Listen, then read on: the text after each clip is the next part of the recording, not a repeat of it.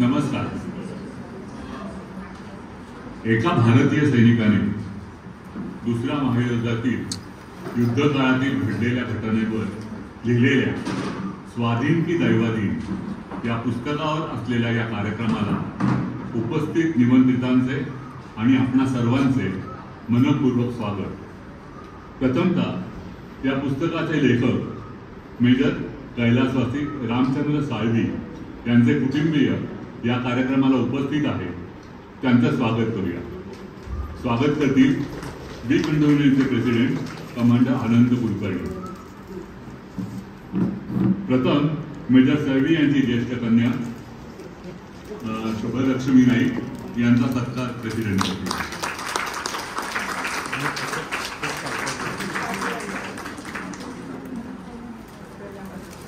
Major Salvi यांचे सुपुत्र रणजित साळवी हे आज खास या कार्यक्रमाला उपस्थित आहेत. त्यांचा सत्कार करण्यात येईल.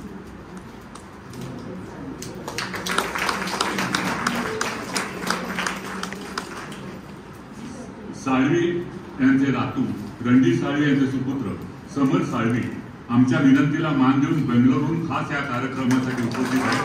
प्रेसिडेंट यांचे स्वागत. आता मी शुभलक्ष्मी नाईक आणि वीणाताई लोंढे यांना व्यासपीठावर येण्याची विनंती.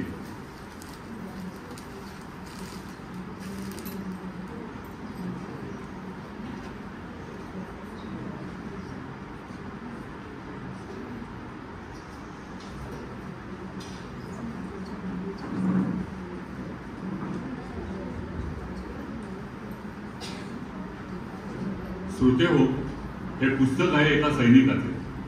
दुसऱ्या महायुद्धात आपल्या भारतातील एक तरुण सैन्यात भरती झाला आणि दोस्त राष्ट्रांचा सैनिक म्हणून युद्धात सहभागी झाला. युद्धकैदी झाला. कैदीतून सुटका करून घेतल्यानंतर जवळजवळ वर्षभर इटलीसारख्या परदेशातील एका छोट्या खेड्यात जर्मन सैनिकांच्या हातात न सापडता लपून राहिला. या सर्व घटनांचे वर्णन स्वाधीन की दैवाधीन या पुस्तकात आहे. कार्यक्रमाच्या सुरुवातीला या पुस्तकाचा सारांश वीणाताई लोंढे सांगतील.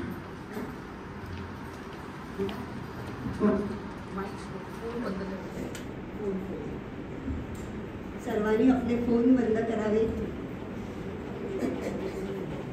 आज आपण मेजर रामचंद्र गोविंदराव साळवी यांची रोमहर्षक सत्य युद्धकथा ऐकणार आहोत.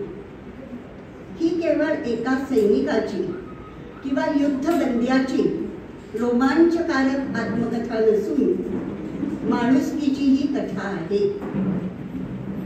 ही कथा सुरू होते लेखकाच्या कॉलेजच्या दिवसांपासून. वाडिया कॉलेजमध्ये विद्यार्थी असताना त्यांचा वेळ अभ्यास आणि पुस्तकांपेक्षा क्रीडांगणावर अधिक जात असे. क्रिकेट, टेनिस, ॲथलेटिक्स अशा साऱ्याच क्रीडा क्षेत्रात पुण्याच्या सर्व कॉलेजात साळवींचं नाव दुमदुमत होतं.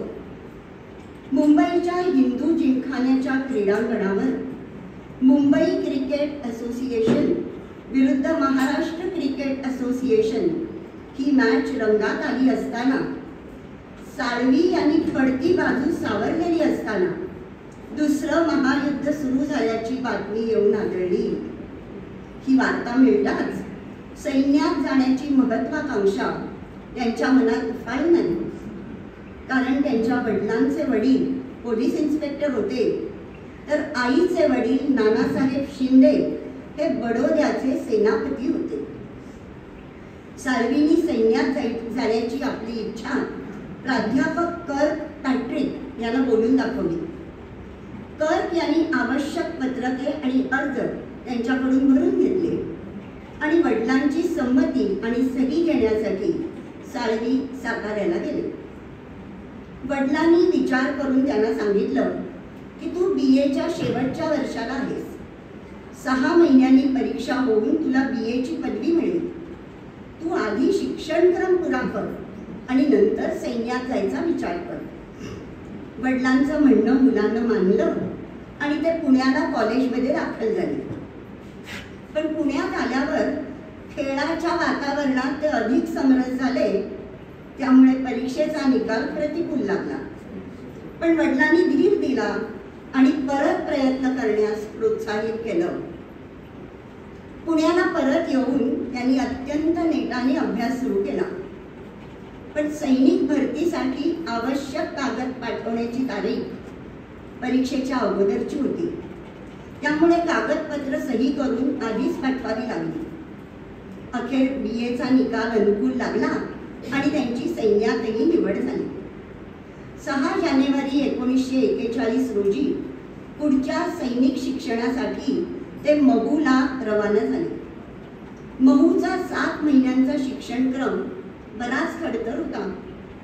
हा अभ्यासक्रम यशस्वी रीतीने पुरा होऊन 15 ऑगस्ट 1941 ला बेळगावला मराठा लाईट इन्फंट्रीमध्ये सेकंड लेफ्टनंट म्हणून त्यांची नेमणूक झाली.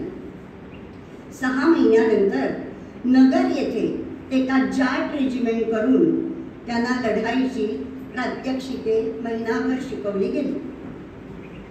1942च्या फेब्रुवारी महिन्यात त्यांना लवकरच आघाडीवर जायला लागेल अशी सूचना मिळाली. म्हणून रजा घेऊन ते आई वडिलांना भेटण्यासाठी साताऱ्याला गेले. वडिलांचा आग्रह होता की रणांगणावर जाण्यापूर्वी त्यांनी लग्न करून जावं किंवा निदान साखरपुडा तरी करावा. परंतु साळवी यांनी असं करण्यास नकार दिला. त्या 3-4 दिवसात वडिलांनी त्यांना पडलेलं स्वप्न सांगितलं. ते असं, त्यांची कुलदैवत लक्ष्मी आणि केशव आकाशातून रथात बसून जात आहेत आणि घाबरू नका, सर्व काही ठीक होईल असा आशीर्वाद देत आहे. वडिलांनी ते शुभ स्वप्न सांगितलं आणि म्हटलं, युद्धातून तू सुखरूप परत येशील. लक्ष्मी केशव तुझ्या पाठीशी आहेत.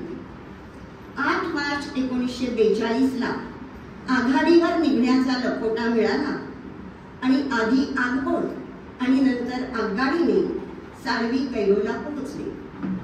तेथून 12 मैलांवर असलेल्या मीना कॅम्पमध्ये रुजू झाले. एक दिवस लढाईच्या आघाडीवरील त्यांचे मुख्य अधिकारी कर्नल लँकेस्टर यांनी त्यांना रात्रीच्या जेवणाचं निमंत्रण दिलं. तू काय घेणार या त्यांच्या प्रश्नावर साळवी यांनी सरबत घेईन असं उत्तर दिलं. त्यांना आग्रह केल्यावर साळवी निग्रहाने म्हणाले, मी मद्य घेत नाही व घेणारही नाही. जेवण झाल्यानंतर कर्नलनी त्यांचं अभिनंदन केलं आणि वरिष्ठांच्या आग्रहाला बळी न पडणारा तू पहिलाच हिंदी अधिकारी आहेस असं कौतुक केलं. साळवींनी हिंदुस्थानचा किनारा 12 मार्च 1942 ला सोडला आणि त्याच दिवशी त्यांच्या वडिलांना देवाज्ञा झाली. दैवगती किती बरं विचित्र असते. थोड्याच दिवसात कर्नल लँकेस्टर यांना मदत करण्यासाठी 200-300 सैनिकांसह ते सुएझ कालव्याचं रक्षण करण्याच्या कामगिरीवर रवाना झाले. त्यानंतर महिनाभराने टोब्रुकच्या आघाडीवर पोहोचले. टोब्रुक हे भूमध्य समुद्रावरचं आफ्रिकेच्या बाजूचं एक छोटंसं बंदर आहे. कैरो आणि सहाराचं वाळवंट यामधील युद्धाच्या हालचालींच्या दृष्टीनं हे बंदर अत्यंत महत्वाचं होतं. या बंदराचं जर्मनांपासून संरक्षण करणं ही इंग्रज सैन्याची कामगिरी होती. तेथील छावणीत करियर प्लॅटूनचा अधिकारी म्हणून साळवी यांनी कामाचा ताबा घेतला. तिथे घमासान युद्ध झालं. तोफखान्याचा जमिनीवरून मारा आणि विमानातून बॉम्ब वर्षाव चालला होता. तेवढ्यात साळवींवर मारलेली दुश्मनाची गोळी त्यांच्या शेजारच्या ड्रायव्हरला लागली. देव तारी त्याला कोण मारी असा अनुभव धगधगत्या रणांगणावर त्यांना आला. गोळ्यांच्या वर्षावात ते फेकले जाऊन वाळूच्या ढिगाऱ्यावर पडले आणि म्हणून त्याला इजा झाली नाही. तेथून उठून ते खंदकात जाऊन बसले. शत्रूच्या हातात सापडण्याची शक्यता असल्याने स्वतःकडील सर्व कागदपत्र त्यांनी फाडून टाकली. थोड्या वेळाने एक जर्मन अधिकारी खंदकाजवळ आला आणि साळवी यांना बाहेर बोलावून तो त्यांची तपासणी करू लागला. त्यानं साळवी यांना रिव्हॉल्वर आहे काय असं विचारलं. साळवी यांनी नाही सांगितल्यावर माझ्या मागे चाल असा हुकूम दिला. चालता चालता साळवी यांनी खिशात हात घातला आणि त्यांच्या लक्षात आलं की त्यांच्या हाफ पॅन्टच्या खिशात भरलेलं रिव्हॉल्वर आहे. त्याचा त्यांना विसरच पडला होता. आजूबाजूला कोणीही नव्हतं. तो जर्मन अधिकारी त्यांच्या पुढे चालला होता. अशी संधी परत मिळणार नाही असं समजून त्यांनी त्या जर्मन अधिकाऱ्यावर गोळ्या झाडल्या. तो जर्मन अधिकारी मरून खाली पडल्यावर एक सुरुंग फुटला आणि त्याच्या एका तीक्ष्ण तुकड्याने साळवींच्या डोक्यावरच्या टोपीच्या चिंध्या दिल्या. पण त्यांच्या डोक्याला तो तुकडा जरासा चाटून गेला. खरंच कोणी तरी अज्ञात शक्ती त्यांचे रक्षण करत होती. स्वतःच्याच 2 चुकांमुळे त्या जर्मन अधिकाऱ्यानं आपलं मरण ओढवून घेतलं. त्यांनी साळवी यांच्या बोलण्यावर विश्वास ठेवला की त्यांच्याकडे रिव्हॉल्वर नाही आणि साळवी यांच्या मागून चालण्याऐवजी तो पुढे चालत होता. युद्धशास्त्रातील अशा चुकीचं रणभूमीवर एकच प्रायश्चित्त असतं आणि ते म्हणजे मृत्यू. तेथून पळत पळत साळवी दूर एका खंदकात लपून बसले आणि अतिश्रमाने झोपी गेले. बंदुकीच्या गोळीच्या आवाजाने ते अचानक जागे झाले.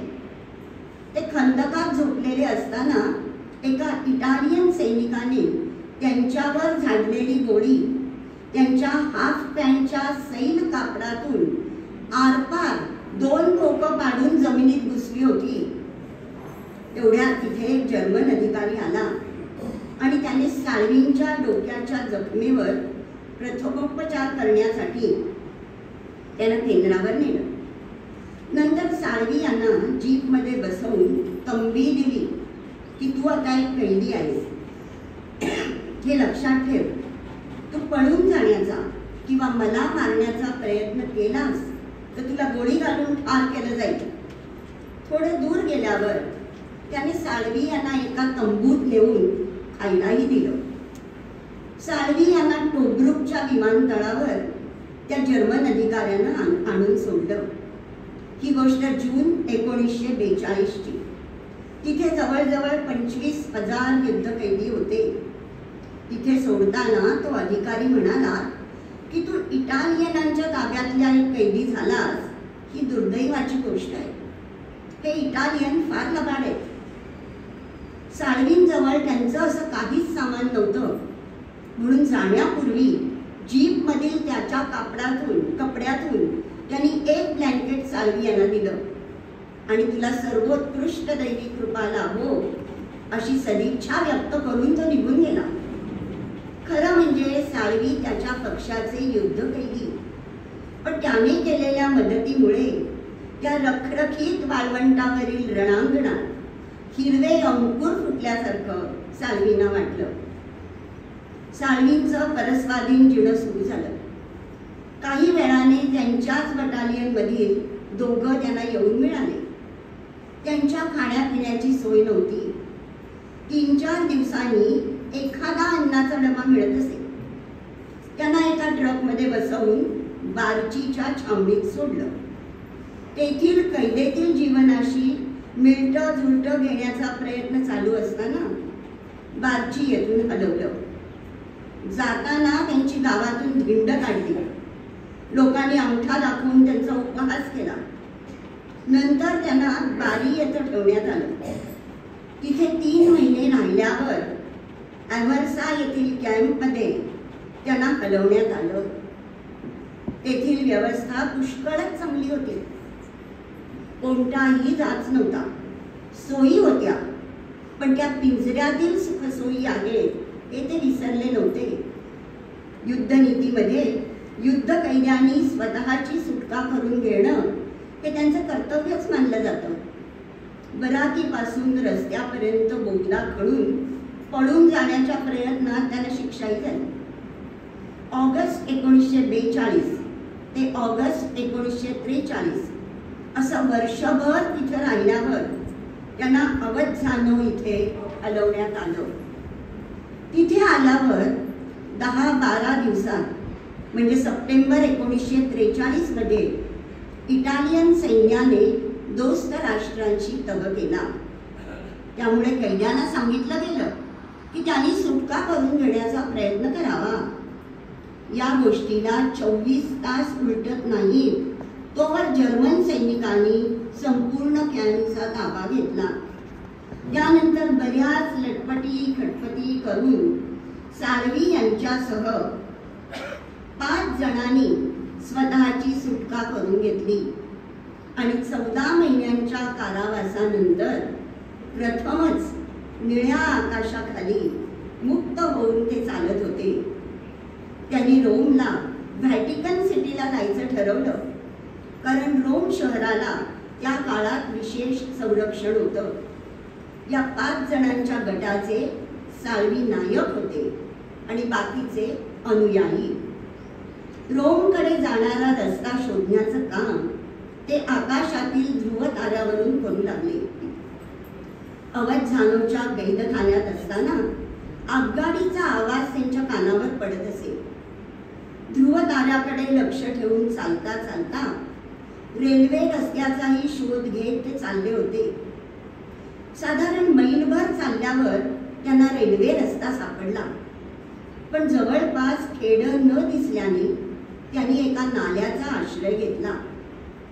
इथे सर्वजण विसावतात तर त्यांना काही अंतरावरून चर्चचा घंटानाद ऐकू येऊ लागला.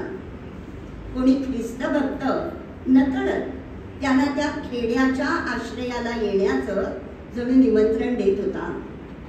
ते घंटानादाच्या दिशेने चालू लागले. इतक्यात त्यांना समोरून एक इटालियन सैनिक येताना दिसला.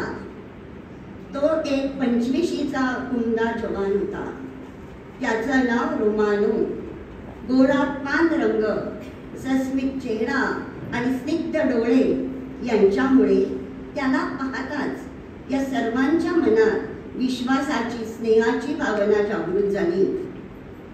इटालियनांनी तहनामा लिहून दिल्यानंतर तो सैन्यातून पळून आपल्या घरी परतत होता. त्याचा समज झाला की हे अमेरिकन सैनिक आहेत.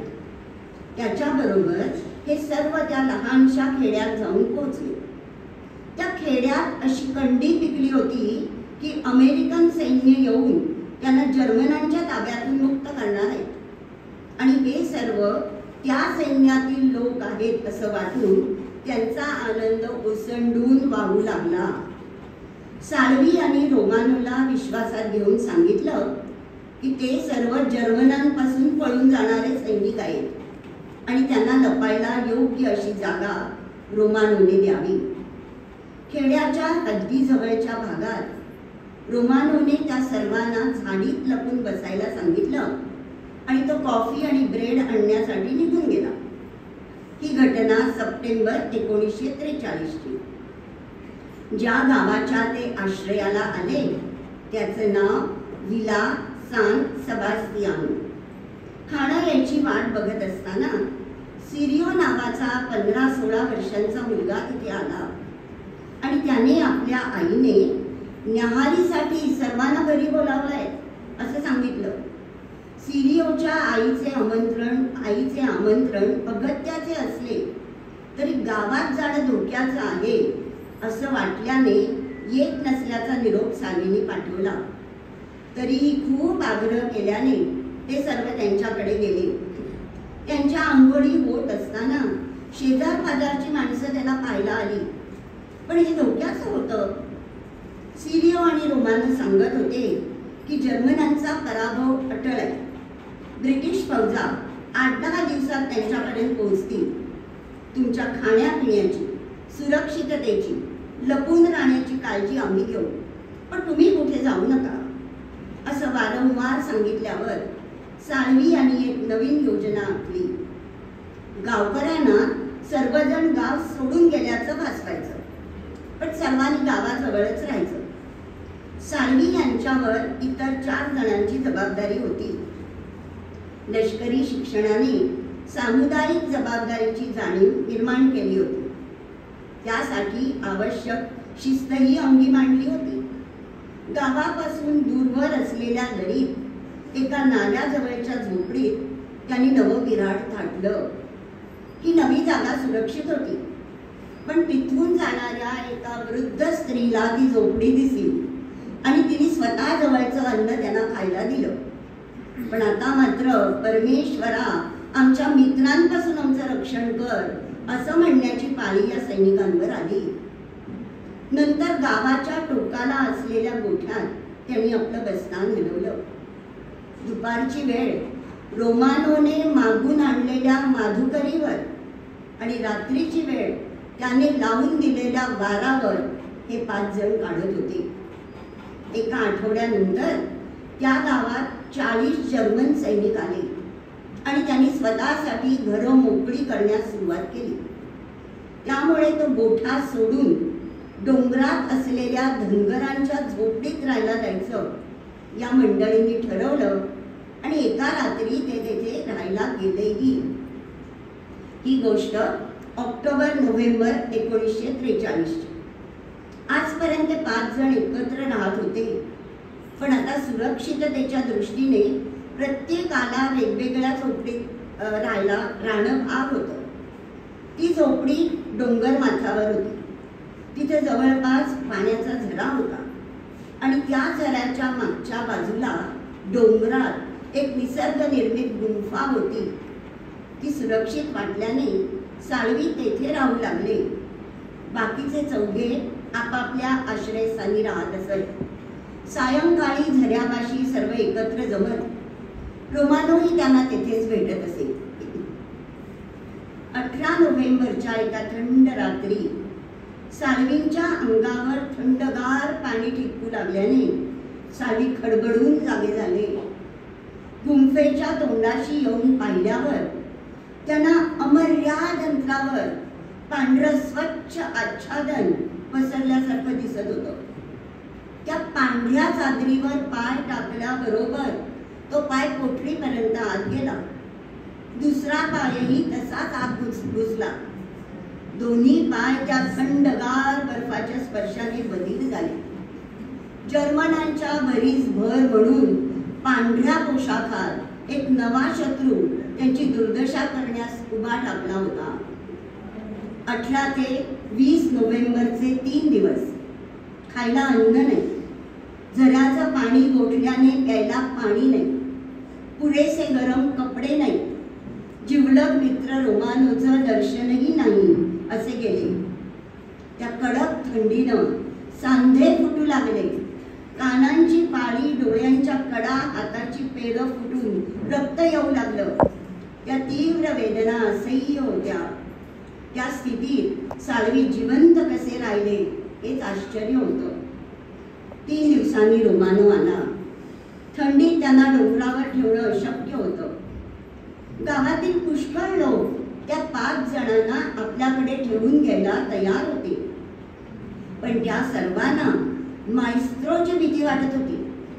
तो पक्का फॅसिस्ट होता आणि त्याचे जर्मनांशी संबंधही होते. मायस्त्रोला सर्वच परिस्थिती समजावून दिल्यावर तो म्हणाला की एकेकाळी तो फॅसिस्ट होता, पण आता त्याची मतं बदलली आहेत. तो आर्थिक सुस्थितीत असल्याने जर्मन लोक त्याच्याकडे खायला प्यायला येतात, पण तो या 5 जणांना कधीच दगा देणार नाही. तरीही मायस्त्रोचं घर लपण्यासाठी सुरक्षित नव्हतं, म्हणून साळवी रोमानो बरोबर नव्या आश्रयस्थानी पोहोचले. त्यांचं नवं आश्रयस्थान म्हणजे अदलिनाचं घर. अदलिना एक शांत, प्रसन्न चेहऱ्याची, भावपूर्ण डोळ्यांची, थोडी स्थूल अशी 35शीतील पुरंदरी होती. तिचा पती सैन्यात होता आणि युद्धकैदी म्हणून त्याला भारतात ठेवलं होतं. घरात ती आणि तिची 500 वर्षांची वृद्ध आई अशा दोघीच राहत होत्या. तिच्या घराजवळ एक गोठा होता. त्या गोठ्याच्या छपराखाली गवत ठेवण्यासाठी असलेल्या माळ्यावर गवतामध्ये साळवी राहू लागले. गोठ्यात एक डुक्कर, एक खेचर आणि गाय होती, त्याबरोबर हा चौथा जीव राहू लागला. 25 डिसेंबरला सकाळी अदलिनाच्या आग्रहावरून साळवी गोठ्यातून तिच्या घरी आले होते. त्याच वेळी अशी घोषणा करण्यात आली की जर्मन सैनिक साऱ्या गावाची तपासणी करणार आहेत, तेव्हा कोणीही जागा सोडू नये. दिवसा गोठ्यातील आश्रयस्थानाकडे जाणं अशक्य होतं, म्हणून तिच्या खोलीतील कपड्याच्या अजस्त्र कपाटात मागे बसून पुढे कपडे रचून ते जीव मुठीत धरून बसून राहिले. थोड्याच वेळात एक जर्मन अधिकारी तेथे चौकशी करत आला. त्यांनी कपाटात काय आहे म्हणून विचारलं, पण कपडे आहेत सांगितल्यावर ते न उघडता तो निघून गेला. साळवी यांचे 4ही साथीदार सुरक्षित होते. 1944 साल उजाडलं आणि साळवी यांचं जीवन मात्र या भिलातच घुटमळत होतं. फेब्रुवारीच्या सुरुवातीला जर्मन हिरांची टोळी विलात आली. त्यामुळे साळवींनी कसिनो पासून जवळ असलेल्या जंगलात लपून राहण्याचा निर्णय घेतला. साळवी यांच्या 4 साथीदारांपैकी 2 त्यांच्याबरोबर निघण्यास तयार झाले. रात्रीच्या वेळी त्यांना निरोप द्यायला गावातील उपकारकर्ते आले होते. साऱ्यांची अंतःकरणं भरून आली होती. त्यांचा निरोप घेऊन 40 किलोमीटर अंतर ते कापू लागले. त्यांच्याबरोबर रोमानो आणि सिरियो देखील चालत होते. काही दिवसांनी रोमानो त्यांना भेटायला आला आणि त्यांनी सांगितलं की जर्मनांनी गावात धुमाकूळ घातलाय. अदलिनाच्या म्हाताऱ्या आईला त्यांनी पकडून नेलाय आणि अदलिना घरात नसल्यामुळे वाचली. तिला लोकांनी लपवून ठेवलं आहे. संकट संपत नव्हती. विलात जाणं शक्य नव्हतं. परत ते डोंगरावर लपून राहू लागले. गावाभोवती पहारा असल्याने कोणालाही यांच्यापर्यंत अन्न घेऊन येता येत नव्हतं. 1 आठवडा धनगरांनी मदत केली, पण नंतर तेही येईनासे झाले. नंतरचे 25 दिवस ते अन्नाशिवाय फक्त पाण्यावर होते. मग पळून जाणाऱ्या कैद्यांकडून त्यांना अन्न मिळालं.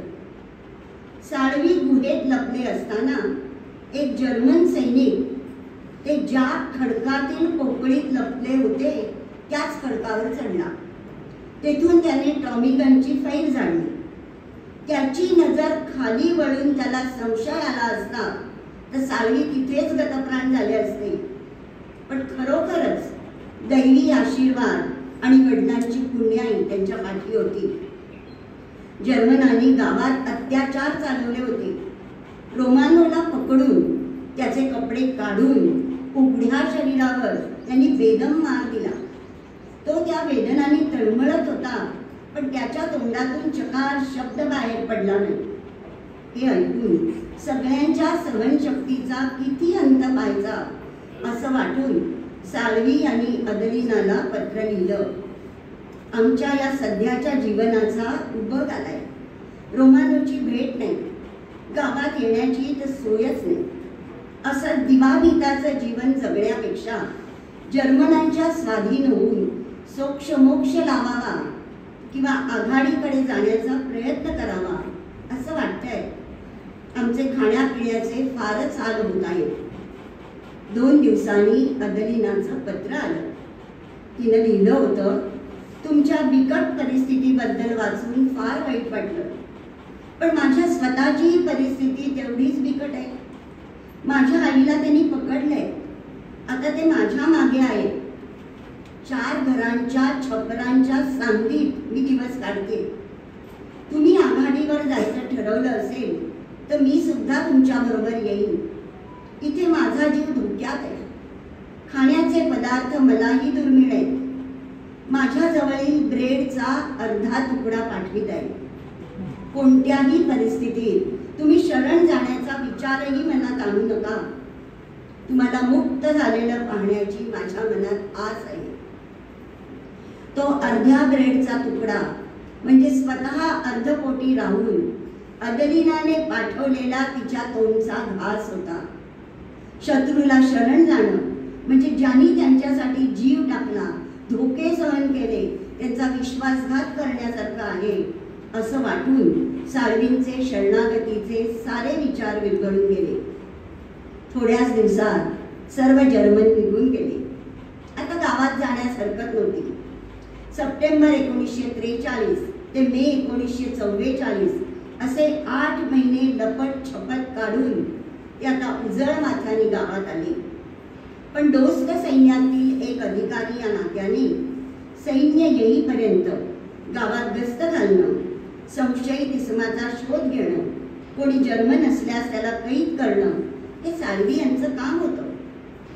25 मे 1944 विला सान सेबास्टियानो आणि बाजूच्या 6 गावांचा ताबा मेजर साळवी यांना दिला गेला. अधिकार पत्र देऊन, अधिकाऱ्याची वस्त्र देऊन ज्या गावात ते लपट छपत राहत होते तेथेच अधिकार पदावर चढले. हा विजय साळवी यांच्या चिकाटीचा आणि रोमानो, अदलिना, सिरियो यांच्यासारख्या उपकारकर्त्यांचा होता, ज्यांनी स्वतःच्या सुरक्षिततेची कधीच पर्वा केली नाही. जुलै अखेर साळवी यांना कामातून मुक्त करण्यात आले आणि बोटीची सोय होताच तुम्ही मायदेशी जाऊ शकता असं कळवलं. जाण्यापूर्वी गावकऱ्यांनी साळवी यांना निरोप देण्यासाठी एक सभा भरवली आणि गावाची आठवण म्हणून 2 वस्तू त्यांना देण्यात आल्या. एक म्हणजे गावाचं निशाण, ज्याची शान साळवी यांनी राखली. वर्षभर ते गावातले एक म्हणून राहिले. सारं गाव त्यांचं आणि ते साऱ्या गावाचे झाले म्हणून ते निशाण त्यांना भेट दिलं. या निशाणाबरोबर जणू गावातील 500 रहिवाशांची अंतःकरणही त्यांना दिली. मुठीमध्ये मानचिन्ह बसवलेला खंजीरही त्यांना भेट म्हणून देण्यात आला.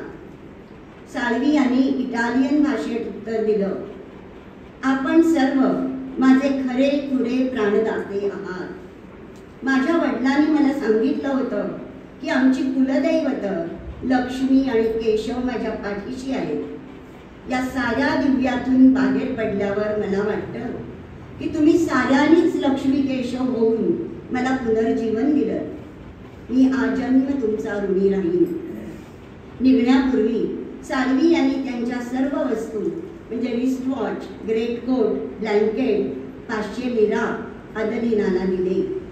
तिनेही तिच्या आईच्या हातच्या सुताचा अदलिना असं नाव विणलेला टॉवेल साळवी यांना दिला.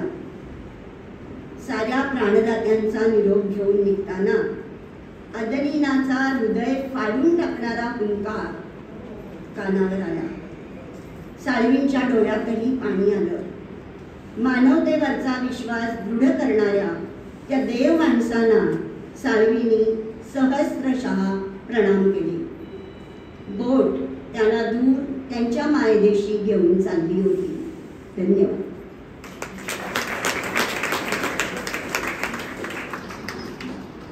आयुष्य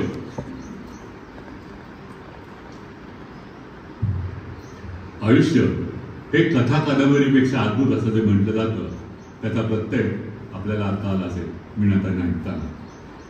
दैवाची साथ, नशिबाचा हात, दुर्गम्य आशावाद, जोडीला प्रयत्नाची कास आणि माणुसकीची किनार हे सर्व आपल्याला आत्ता ऐकताना जाणवलं असेल. धन्यवाद विनाते. या पुस्तकाचं नाव स्वाधीन की दैवाधीन पुढे प्रश्नचिन्ह असा का, हा प्रश्न माझ्याप्रमाणे तुम्हालाही पडला असण्याची शक्यता आहे.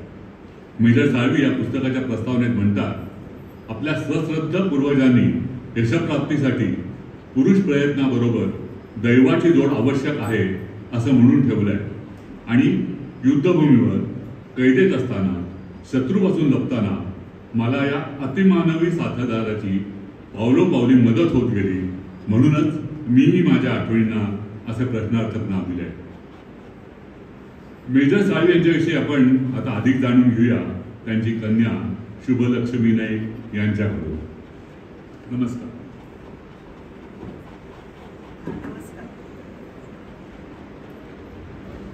नमस्कार सर. आम्हाला एवढं कळलं की आपल्या वडिलांचं लग्न करायचं हे ते युद्धाच्या जाण्याच्या आधी ठरलं होतं, पण युद्धात जायचं म्हणून त्यांनी लग्न केलं नाही. मग त्यांनी लग्न कधी केलं? जेव्हा युद्ध सुरू होतं तेव्हा रोमवरून जे कैदी हुडाय आणि जेव्हा मिसिंग असतात तर त्यांचं रोमवरून नाव अनाऊन्स करतात. तर त्या माझ्या वडिलांचं नाव 3दा अनाऊन्स केलं होतं की ही इज मिसिंग. आणि त्यावेळेला सगळ्यांना वाटलं की आफ्टर 3rd टाइम ते अनाऊन्स करत नाहीत, सो ही इज डेड. पण माझी आई सुद्धा वाड्या कॉलेजची स्टुडंट होती, तेव्हाच त्यांनी डिसाईड केलं होतं लग्न करायचं. आणि तिने ठरवलं होतं की जर ते आले नाही तर ती एक तिचा रस्ता शोधला होता की ती काय करेल असं तिने ठरवलं होतं. पण ते नंतर आले आणि आल्यानंतर ते आर्मीतच होते. खैबर पासला त्यांची ड्युटी होती नंतर, कारण पार्टिशन आपलं झालं आणि खूप कॅम्प्स तिथे उभारले होते. तर तेव्हा ते तिथे ड्युटीवर होते, जवळजवळ वर्ष 1.25 वर्ष असेल.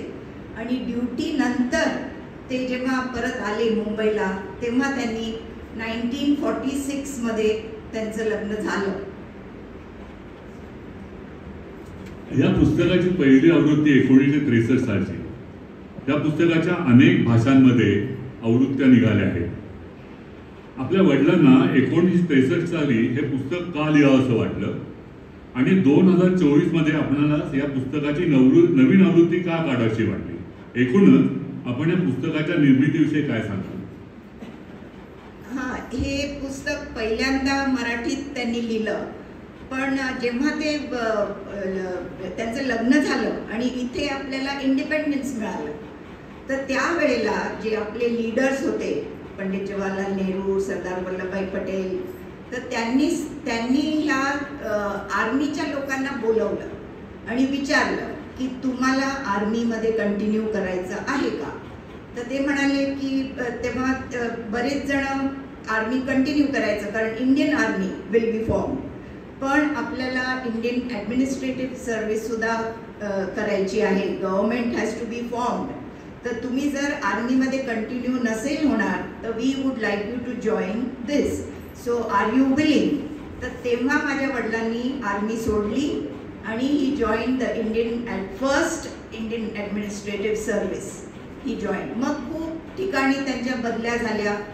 तेव्हा बॉम्बे प्रेसिडेन्सी होतं, गुजरात महाराष्ट्र नव्हतं आणि गुजरातला ते असिस्टंट कलेक्टर, अमरेलीला डांगला कलेक्टर, मग नाशिकला कलेक्टर. जेव्हा ते सर्व्हिसमध्ये होते तेव्हा सगळे त्यांना विचारायचे की तुम्ही मेजर लावता आणि तुम्ही ॲडमिनिस्ट्रेटिव्हमध्ये कसे आहात?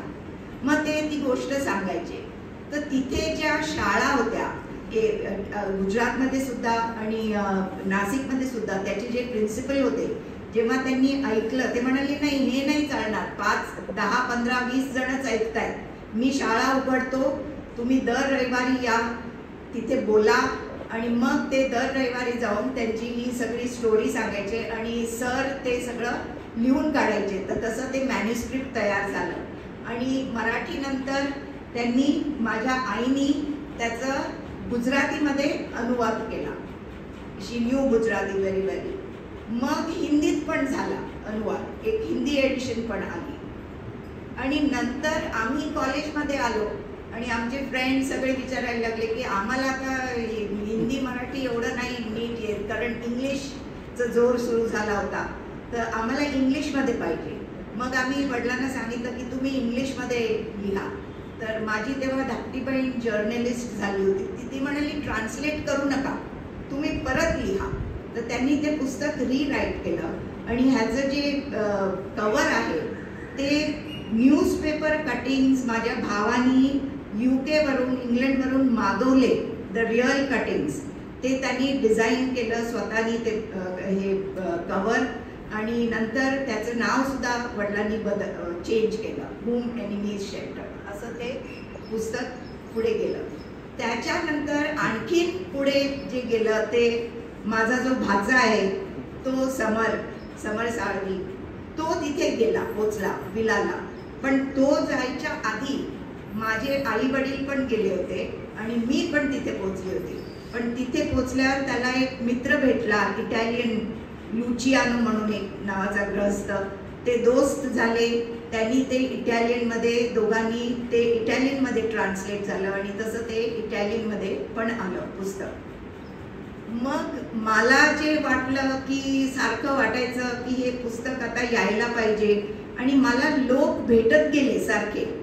ट्रेनमध्ये कोणीतरी भेटलं, बोलत बोलत ते म्हणाले, अरे हे पुस्तक आम्ही वाचलं नाही आहे, पण ह्याचा एक धडा आम्हाला 8वीच्या बालभारतीमध्ये होता. तर जे मराठीचं पुस्तक होतं ते ज्या वर्षी पब्लिश झालं त्याला स्टेट अवॉर्ड मिळालं त्या वर्षी, महाराष्ट्र स्टेट अवॉर्ड.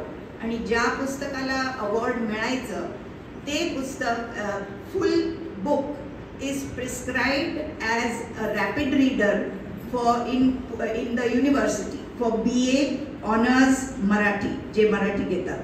तर 1 वर्ष ते प्रिस्क्राईब केलं होतं आणि त्यातला एक धडा जो त्यांनी घेतला, आदलीना, हे बालभारतीने मराठीच्या 8वीच्या पाठ्यपुस्तकात 5 वर्ष होतं. तर बरेच जणांनी ते धडा शिकले होते, पण पुस्तक कुठे आहे?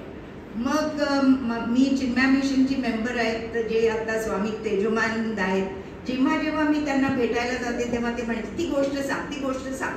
आणि मी ते 3दा वाचलं. ते पुस्तक मार्केटमध्ये यायला पाहिजे. मग परत मला वाटायला लागलं की हो, हे बरोबर आहे. आणि 2013मध्ये चिन्मय मिशननी मला विदर्भाला शेगावमध्ये पाठवलं, एक शाळा उभी करायला, चिन्मया विद्यालय. तिथे ॲडमिशन घेताना 1-2 पालक आले माझ्याशी, मला म्हणाले, आम्हाला तुम्हाला खूप प्रश्न विचारायचे, तुम्ही इंग्लिश इतकं चांगलं कसं बोलता, आमची मुलं बोलू शकतील का, तुमचे वडील आई वडील कोण होते, ते काय शिकले, तुम्ही कुठे शिकलात. असं बोलता बोलता रेफरन्स आलं की माझ्या वडिलांनी पुस्तक लिहिलं होतं, ते IAS मध्ये होते. तर ते पालक एकदम, ते 8वीच्या ह्याच्यामध्ये होतं का बालभारतीमध्ये, ते आम्ही शिकलो होतो, तर ते पुस्तक कुठे आहे? आम्हाला धडा झाला पण पुस्तक कधीच मिळालं नाही. तेव्हा मग मी ठरवलं की no, this book has to come into the market. आणि लास्ट वॉज वेन जे डायरेक्टर होते बालभारतीचे, ते 15 वर्षाचे होते जेव्हा त्यांनी हे पुस्तक वाचलं.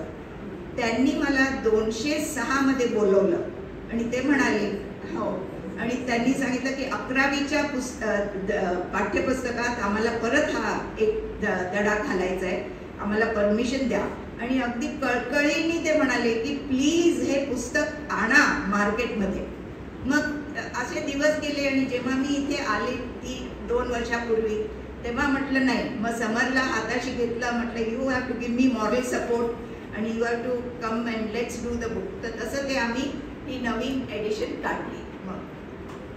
म्हणजे साळवीच्या युद्धकथा एवढी पुस्तकाची कथा सुद्धा खूप इंटरेस्टिंग आहे.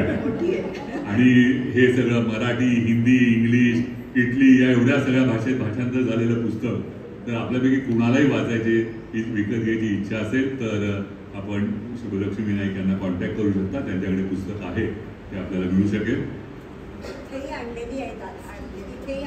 अच्छा, त्यांनी आणलेली आहे, त्यामुळे कार्यक्रम संपल्यानंतर आपल्याला मिळेल.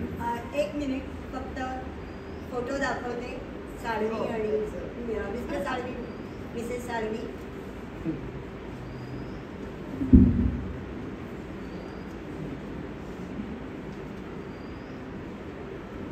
आणि त्यांच्या स्वतंत्र भारतातल्या नव्या भूमिकेत IAS अधिकारी म्हणून विचार. तुम्ही सांगितलं ते इथे आल्यानंतर थोडे दिवस तिथे बॉर्डरवरती होते आणि नंतर ते जिल्हाधिकारी झाले. तर जिल्हाधिकारी म्हणून त्यांनी केलेलं कार्य, त्यांचा अनुभव, त्यांनी काय त्याच्यात वेगळ्या गोष्टी केल्या असतील तर त्याविषयी आम्हाला थोडं, म्हणजे मिलिटरीचं त्यांचं कळलं, म्हणजे सिव्हिल सर्व्हिसमधले त्यांचे अनुभव आम्हाला ऐकायला पडतील. फर्स्ट म्हणजे ते ही was a great country lover. ते सगळे आपण त्या काळचे होतोच. So country is first. पण कधी त्यांनी फॅमिलीला निग्लेक्ट केलं नाही. He could very well balance दोन्ही. आणि जिथे जिथे ते जायचे तिथे तिथे ते आम्हाला घेऊन जायचे नेहमी. म्हणजे आम्हाला तो अनुभव व्हायचा. आणि I as an elder daughter मी त्यांना खूप ऑब्झर्व करायचे. कारण मी जसं नेहमी म्हणते, ही वॉज माय हिरो. तर तेव्हा ते इथे एका पोस्टिंगमध्ये होते, IGP, इन्स्पेक्टर जनरल ऑफ प्रिझन्स, पुण्यामध्ये होते. आणि त्यावेळेला त्यांना जेव्हा ते पोस्टिंगमध्ये होते तेव्हा ते जेलमध्ये जे प्रिझनर्स होते ते मी माझ्या डोळ्यांनी पाहिलेत. ते प्रिझनर्स ते आम्हाला घेऊन जायचे तिथे कार्यक्रमासाठी. ते सगळे चेन्समध्ये असायचे, जसं आपण सिनेमामध्ये बघायचो ना, ऑल इन चेन्स. आणि कार्यक्रमाला यायचे तेव्हा तसेच बसायचे. तर आम्ही पण असे का ते बसतात, आणि प्रॉब्ली त्यांना सुद्धा तेव्हा वाटलं असेल की व्हॉट इज दिस. ते ब्रिटिश वेळचं सगळं होतं. तर त्यांनी तेव्हा he with the government of India, government of Maharashtra, त्यांनी ठरवलं की मला एक रिस्पॉन्सिबिलिटी घ्यायची आहे, एक प्रोजेक्ट करायचा आहे की ह्या प्रिझनर्सना they should be now open prison. एक लेप्रेसी प्रिझनर्स होते जे एका खोलीमध्ये अगदी तिथेच, मग त्यांना बाहेर काढायला पाहिजेत आणि त्यांना स्पेशल लेप्रेसी होममध्ये ठेवायला पाहिजे. असे प्रिझनर्स होते की they were artists, they use to paint, they use to write, sing. तर त्या प्रिझनर्सना काही स्कोपच नव्हता. तर त्यांना बाहेर नेऊन जेव्हा जेव्हा एक्झिबिशन्स होतात त्याच्यामध्ये त्यांनी पार्टिसिपेट करायचं. आणि द लास्ट वॉज की ज्यांना इंटरेस्ट होता अभ्यास करण्यात तर त्यांना पुणा युनिव्हर्सिटीमध्ये they have to be admitted. आता हा मोठा प्रोजेक्ट होता, it was a daring project. तर maybe they must have been everybody must have refuted की असं कसं ओपन प्रिझन, असं कसं होणार. तर तेव्हा त्यांनी रिस्पॉन्सिबिलिटी घेतली की पहिलं माझ्या घरी हे प्रिझनर्स येतील आणि माझ्या घरी काम करतील. तर असे त्यांनी 10-12 प्रिझनर्स सिलेक्ट केले. माझ्या आईला सांगितलं की ते येतील इथे आणि त्यांना गार्डनमध्ये, आमचं असं मोठं परिसर होतं येरोड्याला, तिथे गार्डनमध्ये शेती करायला लावली. 1 महिन्यानंतर त्यांनी आईला सांगितलं आता ह्यातले 3 प्रिझनर्स घरात येतील. ती इतकी घाबरली, घरात येतील? हो, they have to come in the house. तू काहीतरी काम दे त्यांना, तुझं सगळं काय प्रेशस असेल ते नीट लॉक ठेव, बट लेट देम मूव. म्हणजे त्यांना पण कॉन्फिडन्स येईल की वी हॅव ट्रस्ट. असं त्यांनी करून तो प्रोजेक्ट केला आणि मग त्यांना चेअरमॅन बनवलं. ऑल इंडिया जेल मॅन्युअल जे बनलं एक, त्याच्यात ते चेअरमॅन झाले. So this was a very important. तुम्ही त्यांच्या ह्याच्यामध्ये असताना वेळेचं त्यांचं कसं होतं आणि ते त्याबरोबर तुमच्या काही त्यांच्या आठवणी सांगितल्या? म्हणजे इंटरव्ह्यूची आणि मीटिंगची वेळ ठरली होती पण उशीर झाला. हो, एक सरांना मी सांगितलं होतं की जेव्हा VP नाईक मिनिस्टर होणार होते, he was to become the minister, आणि तेव्हा माझे वडील औरंगाबाद मराठवाड्याचे फर्स्ट कमिशनर होते. वेन मराठवाडा वॉज फॉर्म्ड तर फर्स्ट कमिशनर होते आणि VP नाईक दौऱ्यावर होते. तर ते औरंगाबादला आले. त्यांचं सगळं दौऱ्याचं हे होतं की ते येतील आणि इतक्या वाजता 10 वाजता मीटिंग आहे तर ते पोचतील तिथे. 9:30 पावणे तास झाले. हे सगळे officers were ready in the office, ते पण रेडी होते. ते म्हणाले विचार, तेव्हा मोबाईल्स वगैरे नव्हते. तर तिथून मेसेज आला सर्किट हाऊसमधून की नाही, अजून तर किती लोक इथे बसलेत, ते येऊ शकणार नाही 10:30 वाजता. माझे वडील सगळ्या ऑफिसर्सना घेऊन 10:30ला बसले. त्यांनी त्यांची मीटिंग केली. ॲट अबाउट 1:45 ती मीटिंग काही 1 तासभर झाली. ह्यांचा पत्ता नाही. VP Naik not there. He was to be minister after 10 days, chief minister. काही पत्ता नाही. मग 1 तास झाला. माझे वडील म्हणाले ऑफिसरना, come on you go now work आणि लंचला जा, तुमचा टाइम झाला की मी माझं काम करतो, बघूया आले तर काय. तर 1 वाजला, त्यांचा पत्ता नाही. 1:45ला 1 वाजता लंच ब्रेक असते. ते आले आणि ऑफिसर्सना म्हणाले come on you have your lunch, मी घरी चाललोय. आणि तेव्हा ते गुरुवार होता, ते फास्ट करायचे. गुरुवारचा उपास असायचा कडक. 1 चणा खायचे ते आणि ग्लास ऑफ मिल्क. घरी गेले, बसले, ते घेणार तर फोन आला, साहेब आले, साहेब पोचले तिकडे ऑफिसमध्ये. VP नाईक पोचले. तुमचे साहेब कुठे आहे? ते म्हणाले आम्ही थांबून, साहेब गेले घरी, त्यांना बोलवा. त्यांनी फोनवर त्या सेक्रेटरीला सांगितलं की त्यांना सांगा मी उठणार नाही. I will not get up. My wife waits for me. मी माझा उपास आहे. आय एम अन इंडियन आणि मी उपास सोडल्याशिवाय येणार नाही. मी त्यांना सचिवालयामध्ये येऊन भेटेन. मग व्ही.पी. नाईक तर खूप चिडले. ते म्हणाले बघून घेतो मी तुमच्या साहेबाला. आणि मग 8 दिवसांनी त्यांना बोलवलं. तर पातर त्यांचं हे काय म्हणतात रेसिग्नेशन लेटर खिशात घेऊन माझ्या आईला सांगितलं की this is the end now of the service. असं झालंय. तर ते गेले तिकडे आणि मग व्ही.पी. नाईक मिनिस्टर झाले, ते चीफ मिनिस्टर. तर ते बसले आणि सांगितलं असं तुम्ही. त्यांनी सांगितलं sir schedule was this, you did not come. आणि माझे सगळे स्टाफ वॉज वेटिंग. आणि तिथे त्यांनी क्लिअरली सगळे मिनिस्टर्स बसले होते, क्लिअरली सांगितलं आणि पत्रात पण लिहिलं होतं की I do not work for your white cap. I work for my country and for my family. Our wives wait for us there. तर त्यांना विमेन बद्दल खूप रिस्पेक्ट होता. हे मी सगळं ऑब्झर्व केलेलं होतं. आता तुम्ही सांगताना त्यांचा उपास आणि हे बोलणं म्हणाला, त्यांचं पुस्तक वाचताना त्यांचा दैवावरचा विश्वास दिसून येतो. एकंदर त्यांच्या वागण्यामध्ये हा दैवी आशीर्वाद किंवा दैवावरचा विश्वास याचं जास्त त्याला महत्त्व होतं किंवा हे जास्त होतं का? हो, ही बिलीव्ड. पण त्यांचे जे रिलिजियस बिलीफ्स होते आणि जे spiritual philosophy, these are 2 things we know. Religious beliefs, rituals आणि फिलॉसॉफी जी होती दे वर टोटली बॅलन्स्ड. कुठे जास्ती कुठे कमी असं मला कधीच दिसलं नाही की देवळातच जायचं किंवा हेच करायचं. No, he was totally balanced आणि he was a man of very few words.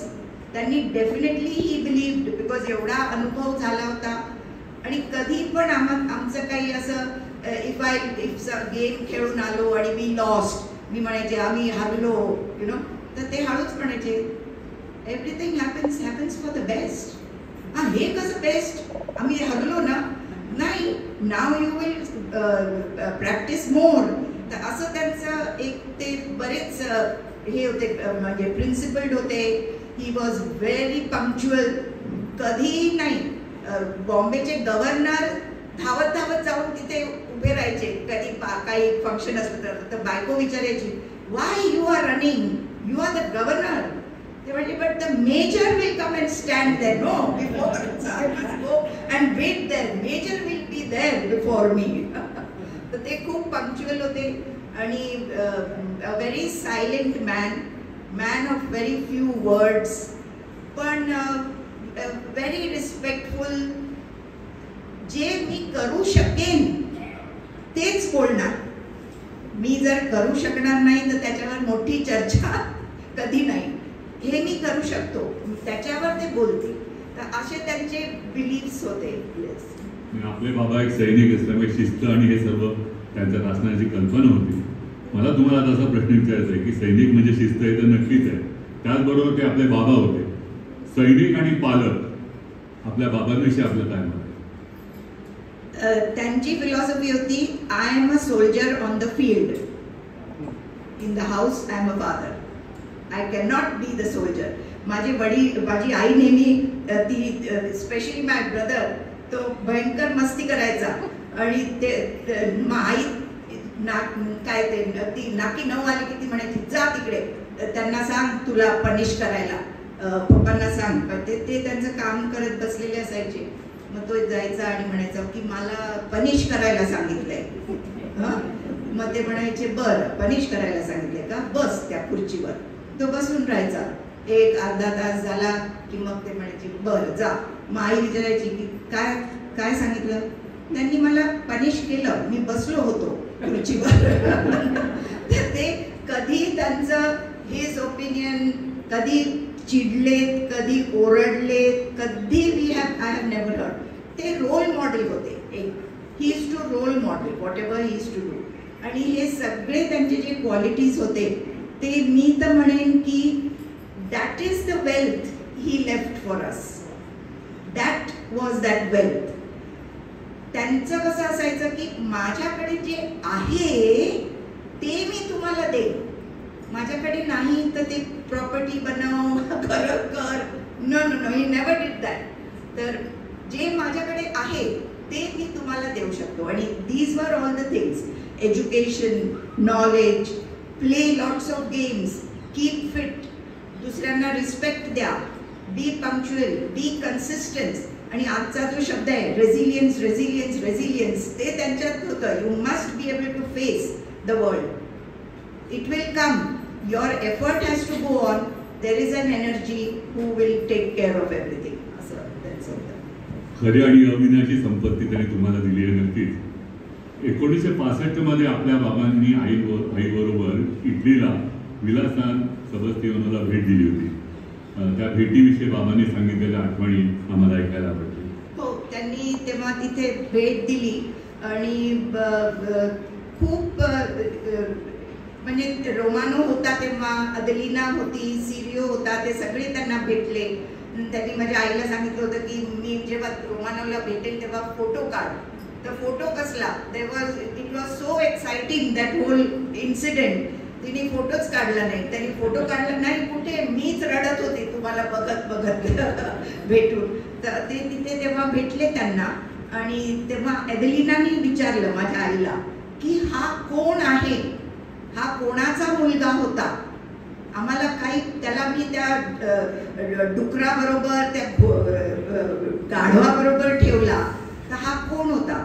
तर माझ्या वडिलांनी माझ्या आईला सांगितलं तिला सांगू नको माझी सॅलरी किती आहे, कारण लिरेमध्ये ती 1 lira was 1 rupee was 1000 lira. तू काही सांगू नको, तिला खूप वाईट वाटेल.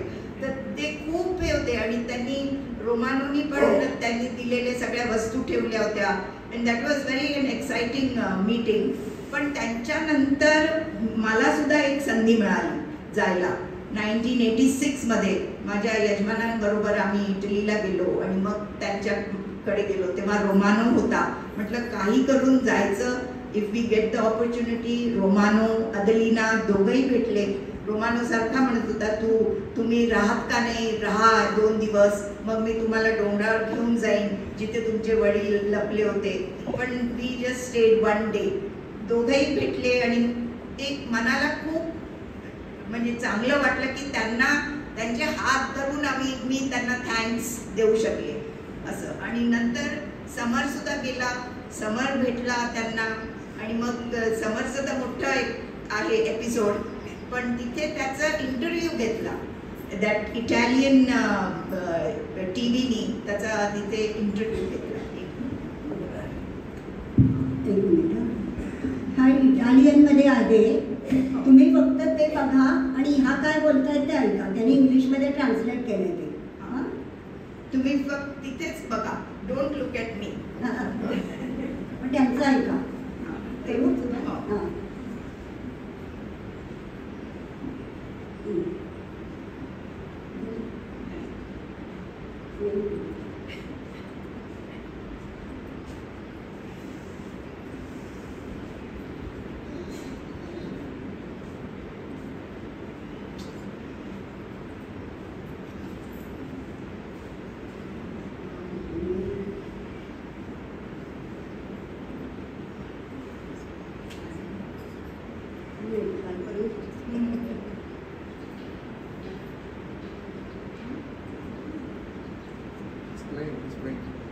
Yeah, go back. Okay. Just click once. Okay. Bas. Okay. Today we want to tell you a story of solidarity between the Italians and the Indians, which took place during the Second World War. It will be told by Virginia Lozito. Of course, today we have a friendly relationship with India. Over to Virginia Lozito, who is reporting from Villa San Sebastiano.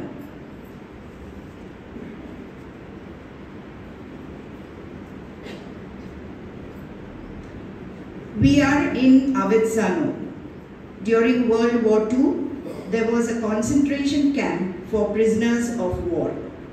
In 1943, the Germans transferred 5 Indian soldiers from Libya. Among them was Major Ramchandra Salvi. At this time, Italy left the side of Germany and joined the British side.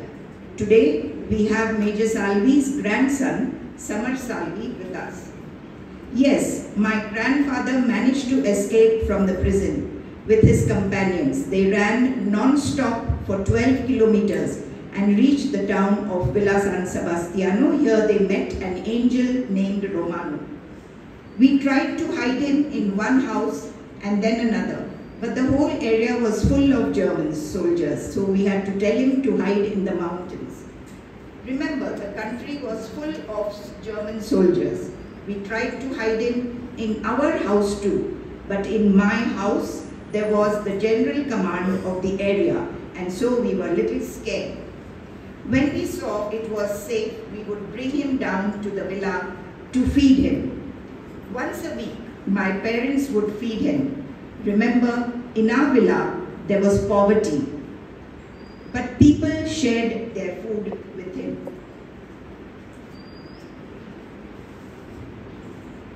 In 1965, Samar's grandfather visited Villa San Sebastiano to thank the people of the village. Yes, my grandfather and grandmother both visited here to thank the people. Both visited. Salvi's wife was a beautiful lady like a princess. I will never forget her. Major Salvi wrote a book about his war experiences. When Samar first came to Villa San Sebastiano, he met Mr. Luciano Gargano, who got the book translated into Italian. What is the most striking part of the book? I think it is the humanity and generosity of the people of this villa. They risked their lives for more than a year to save these prisoners. In my husband's family also there were prisoners who had escaped, but the Americans saved them. I was very small that time. My father told me, don't say anything about the prisoners to anyone. I knew that my father was taking a big risk, but I was proud of my father for his courage and love towards these boys who were once our enemies. For me, this village will always have a special place in my heart. Since childhood, it was my dream to come here. In 2010, I came here with my whole family. We made a plaque of gratitude for the inhabitants of the villa. It reads, आता ते plaque ते पण शेवटी वाचा. त्यांनी तिथे plaque स्मृती चिन्ह त्यांच्या सेंटरमध्ये फिक्स केलं.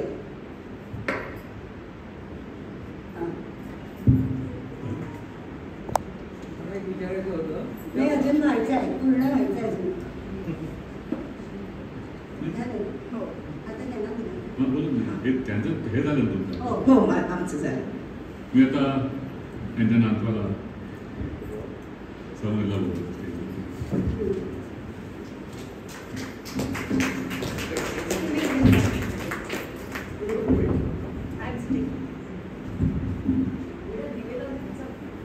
नाही, अनेक फोटो. समज बाबा म्हणून मी तुझ्या आत्याकडून ऐकलं, दुधापेक्षा साय मग असं म्हणतात.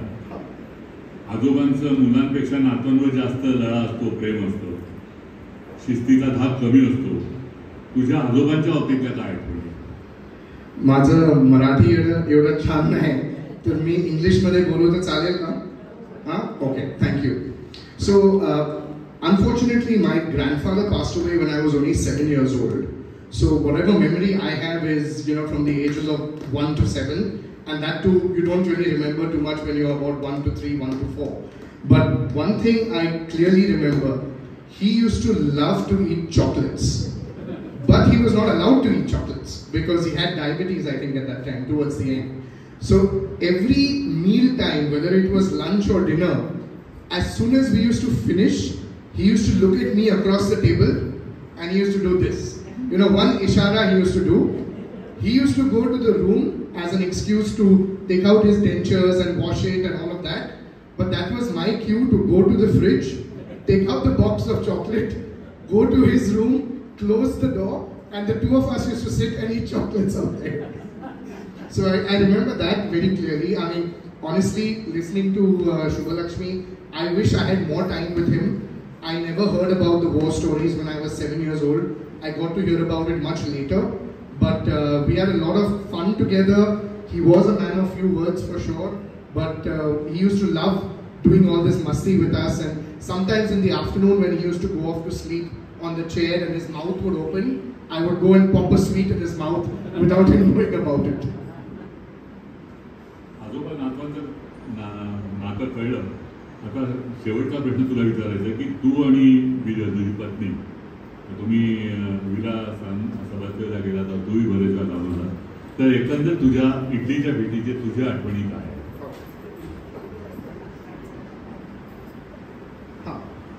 हे नंतर येत आहे. So, as I said, I was only 7 years old, and at the age of 12 is when I read my grandfather's English book for the first time. And ever since that time, manat ichha hoti ki I want to go to Villa San Sebastiano and I want to meet these people and personally thank them. Because if it wasn't for them, my parents wouldn't have been here, I wouldn't have been here. And that was my intention initially, to go to the village and thank the people. So in 2005, I was posted to London, and at that time I started planning this whole trip, and it took me about 5 years. 2010, this is actually not the photograph of 2010, but 2010 my wife Bijal and I, we went to Villa San Sebastiano, and it's an unbelievable story, and it's more about fate, because we went on a Sunday afternoon at about 1 o'clock. And we didn't realize that Sunday afternoon, 1 o'clock is siesta time. Everybody is fast asleep. Nobody was out on the road. We went from door to door trying to knock on the door, but we found nobody in the village, not one person. And we were really, really dejected. But we literally started the car to leave from there when I saw another car come. And I turned the car around and went to that car, and that was Luciano Gargano, who I met for the first time. And I showed him my grandfather's book, and I said, you know, the reason I have come here is because I want to meet these families, but I don't know how to contact them because there's nobody in the village. And it's amazing, you know, when they say it's not what you know, it's who you know. Within 2 minutes, he called about 7 people, and there were 20 people in the middle of the village suddenly. And everybody was calling other people to find out where these families were. And Luciano told me, he said, can you please leave this book with me? I would like to read it. So I said, absolutely. I gave him a copy. But I didn't know this, but to my absolute unbelief, about 3 weeks later, I got an email from Luciano saying, I have contacted all these families and they all want to meet you. Can you please come back to the village?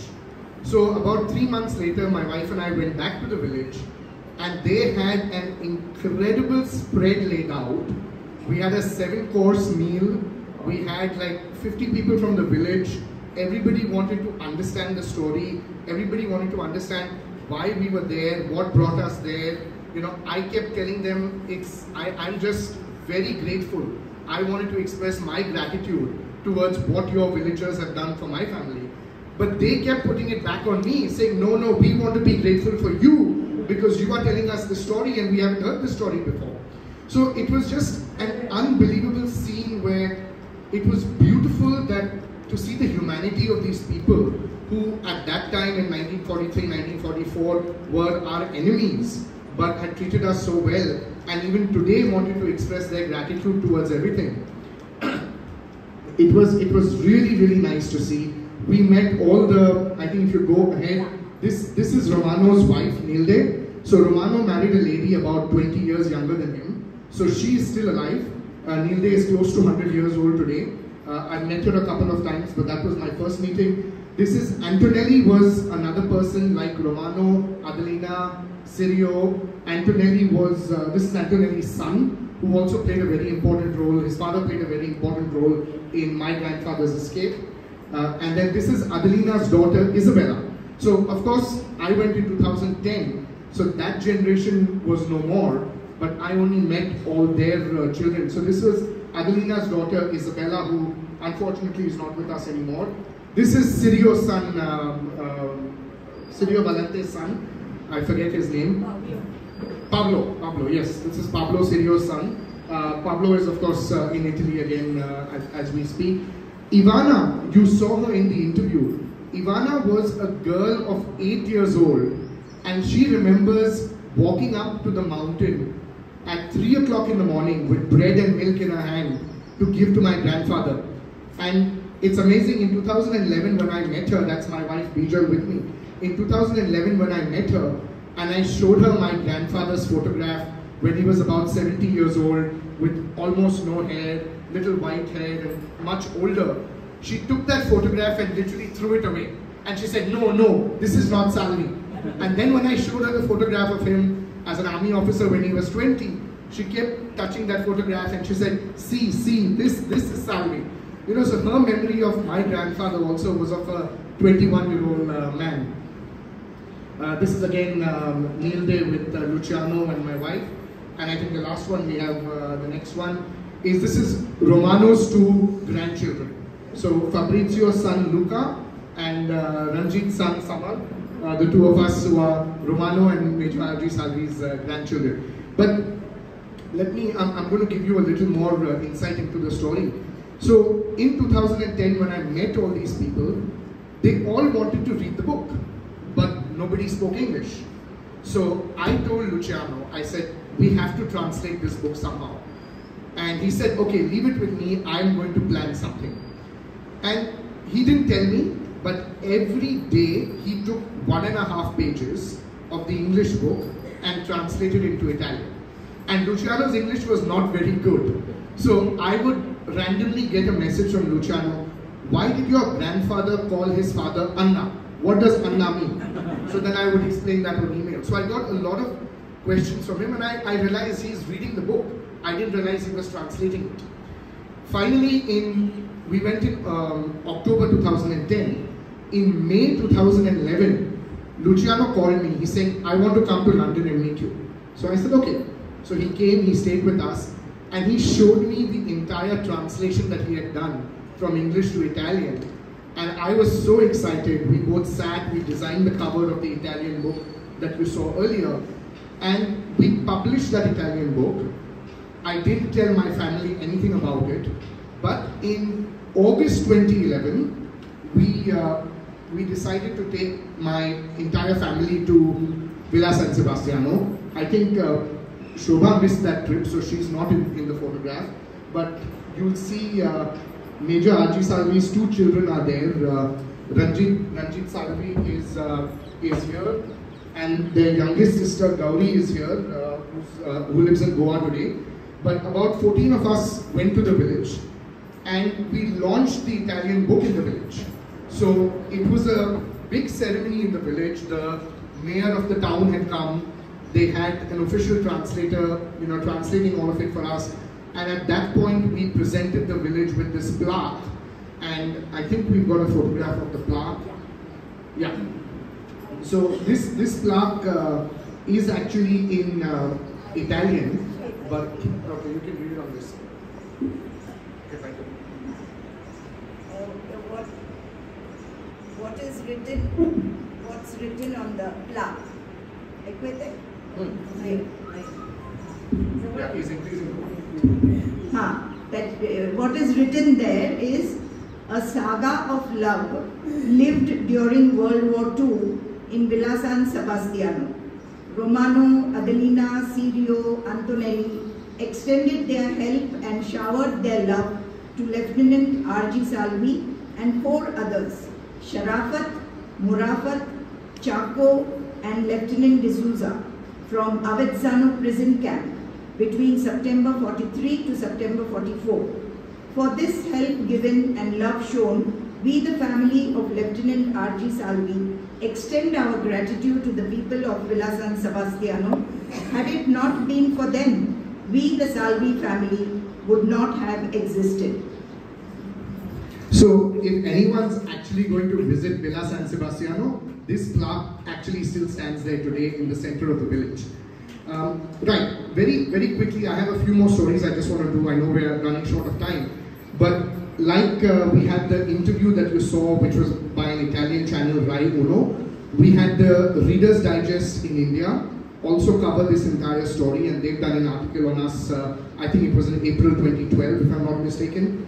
And once we launched the Italian book reached the President of Italy. I have a letter from the President of Italy thanking us for going there, expressing our gratitude, sharing the story, and making the Italian villagers aware of what actually existed during World War II. Now, when I started this whole journey, my intention was to go to Villa San Sebastiano and express my gratitude towards this family. But as I started, peeling the onion and hearing more and more stories, my intention changed to wanting to spread this story to my generation. I'm a third generation from Major R.G. Salvi, and when I talk to my colleagues and my friends, nobody knows India's role in the Second World War, and which is very sad. But historically, India played a great role in the Second World War, even though we were part of the Allied Army and the British forces. But that became my intention to try and spread this story, and speaking to the few Italians, speaking to Reader's Digest, that's where my interest in this whole story started developing even more. During the pandemic, in about, I think it was 2021, I got contacted by a specific trust in the UK that only focuses on escaped prisoner stories during World War II. So very specific trust. And they invited me to do an online presentation about my grandfather's book, which I did during the pandemic. And much to my disbelief and astonish, about a month after that, I got an email back from the trust saying, there is somebody in Pakistan who wants to get in touch with you. Are you okay to get in touch with them? So of course our antennas immediately go up, and I said, what is this about? And they said, oh, they heard your talk the other day, and they are the nephew of one of the two Muslim brothers who were part of the 5 prisoners. So I immediately said, absolutely, please give them my number, give them my email address. I'm more than happy to get in touch with them. And nothing happened after that, because they never gave me their number, but they passed on my details to the family. And I never heard back for at least 5 months. And then randomly out of the blue, one day on WhatsApp, I got a call from a Pakistan number. And there was no name or nothing, and I immediately looked at +92 and I said, I'm not going to pick this up. I don't know who it is. But I got a message following that saying, hey, my name is Wasif, and I'm Khilafat's nephew, and I'd like to talk to you. And it's unbelievable. We know R.G. Salvi's story because we are part of R.G. Salvi's family. But R.G. Salvi met 4 prisoners of camp in this Avezzano prison. He didn't know their background, but together the 5 of them escaped from there. What we don't know, and I'm going to narrate the story of this one Pakistani army officer. I think we have 5 minutes more, so I'll go through it fairly quickly. But, and by the way, I can talk about my story for days, because there are so many things that have happened along the way, and it's just impossible to capture all of it in a short time. But this is a very unique story. So, Wasif, who was the nephew of one of the prisoners, told me that, Khilafat, who was one of the prisoners, his wife is still alive and she wants to talk to you. So I said, yeah, absolutely, no problem. And about half an hour later, she called me and we spoke for about 2 hours. I'd never spoken to this lady before. Very sweet lady, Ghazala. And she asked me, the first question she asked me, आपके grandfather ने हमारे खिलाफत राव के बारे में कुछ बताया क्या? So I said, nahi. I said, look, I was 7 years when my grandfather passed away, but whatever I know is only through the book. She told me, मैं आपको एक story बताती हूँ. So I said, okay. She said, when they were first taken to the first prison camp in Italy, they must have been all of 20 years old. There was a young lady in the prison camp of about 18 years old. Her name was Clara. Now, Clara was the commanding officer's daughter at the time of that prison camp, who was Italian. Clara was a young girl of 16 to 18, and she used to just be riding her bicycle through the camp. This guy, Khilafat, got friendly with Clara, and they started talking and spending a lot of time together. And then, before the prisoners were moved from this prison camp to Avezzano, the commanding officer had to go back to Italy. So he went back with his family, and Khilafat lost contact with Clara, but they had become good friends. Now, they were from a village called Tagliacozzo, which is the next village from Villa San Sebastiano. So, what my grandfather doesn't talk about in the book was Khilafat was in love with Clara, and nobody knew this. But his wife is telling me that today, about a year ago, and she's saying, "Mere Rao Sahib to Clara ke bahut deewane the," So he said, and then she told me that when they escaped the prison camp, they were actually headed to Tagliacozzo, but which my grandfather never spoke about in the book. But the real story is they were heading to Tagliacozzo because Clara was the only Italian they knew at that time in Italy. And Khilafat had told my grandfather that, "I know Clara, she will absolutely protect us, no problem, let's go there." But as they were going from Avezzano to Tagliacozzo, Villa San Sebastiano comes first. And it was, I think, about 4 o'clock in the morning when they were walking through the night, and they heard the church bells ring. And they said, "Look, we don't know where Tagliacozzo is, let's just go to this village because this is the closest that we are." So that's how they reached Villa San Sebastiano. Now, fast forward to many years, the war was over, and you heard the whole story. They went back to India. Khilafat and Murafat went back to Pakistan, and of course the partition happened. They stayed in the Pakistan army. My grandfather was in the Indian army, and then of course retired from the Indian army. But Khilafat stayed in the Pakistan army for many years after that, fought about 2 or 3 more wars after that. Finally got injured in a war where a bullet went in his left hip, and then he was, pardoned from the army and never, he retired from the army. But at that point, Khilafat was not married. He started writing letters to Clara in Tagliacozzo, hoping that she was still alive and that she still remembered him. But he didn't get any replies back. I don't know what the post was like in those days between India and Italy. But ultimately there was a pope who was, not sorry, a pope, a priest who was stationed in Lahore and was going back to Rome on holiday.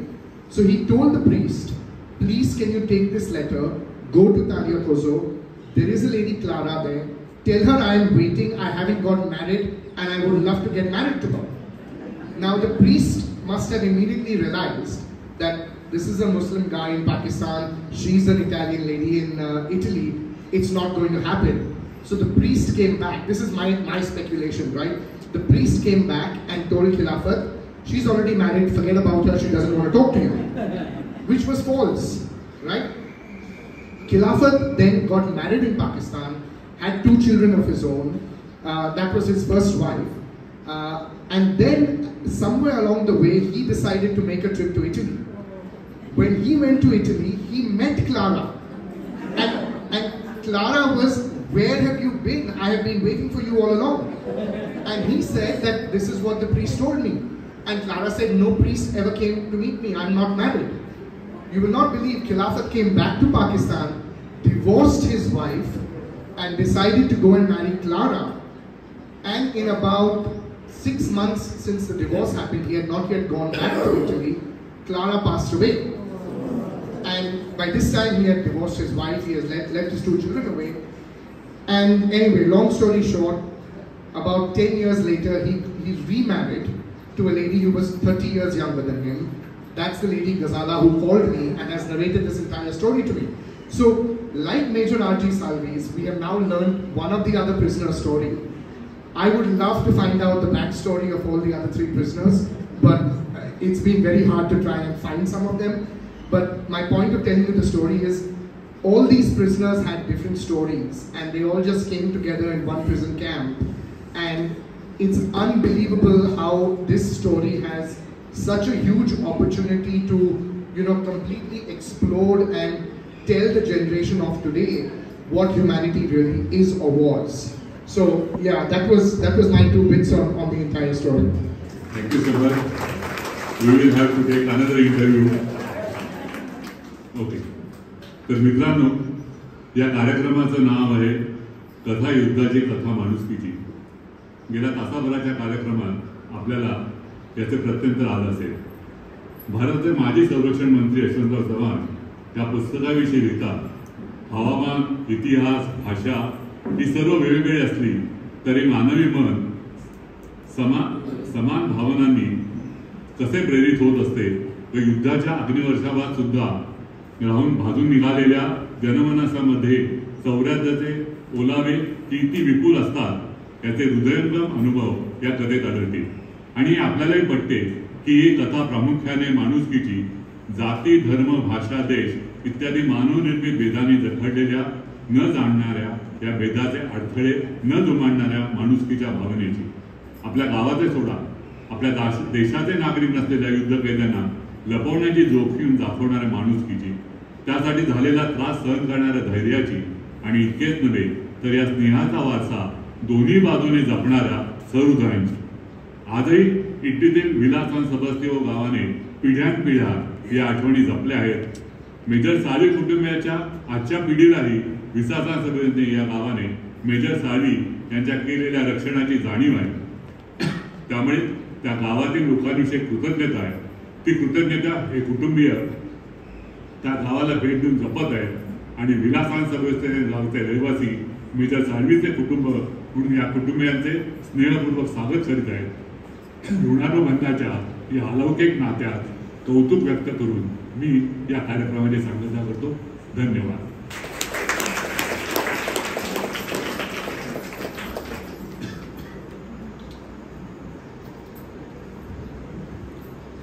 खरं तर आपण नेहमी म्हणतो की सैनिक आपल्या देशाचं रक्षण करतात म्हणून आपण इतके छान आरामात राहू शकतो. पण कसं असतं त्यांचं जीवन, किती खडतर असतं ह्याची आपल्याला तशी फारशी काहीच कल्पना नसते. पण आज यांच्या या पुस्तकामुळे आपल्याला खूप वेगवेगळ्या गोष्टी ऐकायला मिळाल्या. त्याबद्दल या सगळ्यांचेच आभार. वीणाताईंनी आपल्याला त्या पुस्तकाबद्दल सगळं थोडक्यात जे सांगितलं त्यामुळे आपल्या त्या पुस्तकातलं सगळंच ऐकायला मिळालं, त्यामुळे त्यांचेही आभार. शुभलक्ष्मी नाईक यांनी आपल्याला खूप त्यांचे वेगवेगळे अनुभव स्वतःचे नंतरचेही सांगितले आणि एका वेगळ्या जगाची ओळख करून दिली, त्याबद्दल त्यांचे मी आभार मानते. तसंच त्यांचे नातू समर यांनी पण आपल्याला खूप इंटरेस्टिंग गोष्टी सांगितल्या आणि एका वेगळ्या जगाची ओळख करून दिली, त्याबद्दल आपण त्यांचेही खूप आभारी आहोत. आपले पानसे काका यांनी नेहमीप्रमाणेच योग्य प्रश्न विचारून त्या दोघांना बोलतं केलं, त्याबद्दल आपण त्यांचेही आभार मानूया. तुम्ही सर्वांनी इथे येऊन हा कार्यक्रम इतका छान ऐकलात याबद्दल तुमच्या सर्वांचेही आभार. आपले सगळे स्टाफ, स्वप्नील, किरण आणि इतर सगळे, हे सगळे नेहमीप्रमाणे आपल्याला नेहमीच मदत करतात, तशी मदत त्यांनी आजही केली, त्याबद्दल त्यांचेही आभार मानते आणि कार्यक्रम संपला असं जाहीर करते. श्रीयुत रावले यांनी आपल्यासाठी हे व्हिडिओ शूटिंग केलं आहे, त्यासाठी त्यांचेही आभार मी मानते. धन्यवाद.